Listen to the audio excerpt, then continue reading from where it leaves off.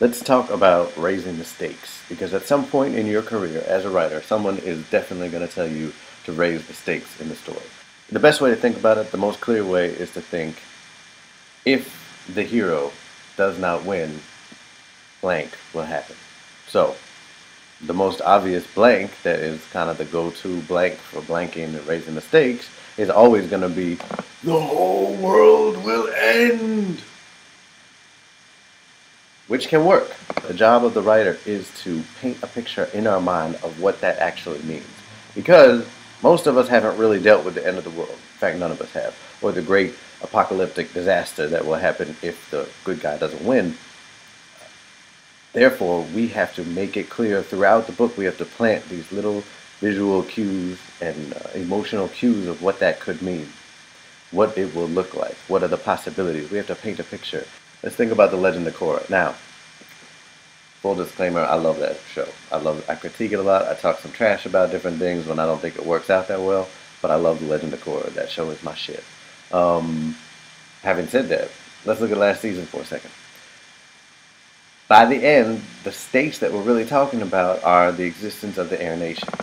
Now, it never really becomes clear to us why the Air Nation matters that much. It matters. We love, airbenders. They are cool. But, does the importance of their existence really make a difference? That's not really clear. Because at the beginning of the story, things are basically all right. There's some problems going on. There's some characters out of order. There's some spiritual imbalance. But none of that is a conflict that will be solved by the Air Nation being saved. So it just feels sort of tacked on for all of the excitement that happens at the end. And the end is amazing. The end of the last season of The Legend of Korra, the one we just went through, is powerful. It's exciting. I cared about the characters. I wanted to know what was going to happen next. But there was a piece of it that was missing, and that piece was the stakes didn't feel that high.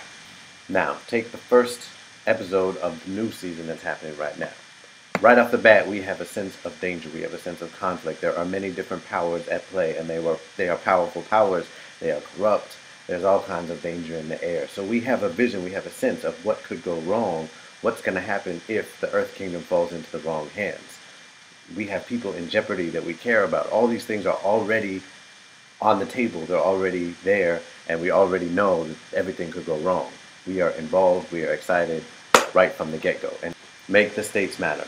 You have to make it matter to us. You have to use the story to build the stakes up and escalate them and make it matter to us. If you don't make the stakes matter, nothing else matters. And all of that good hard work you put into making the final climax exciting and adventurous and this, that, and the other, nobody gives a fuck.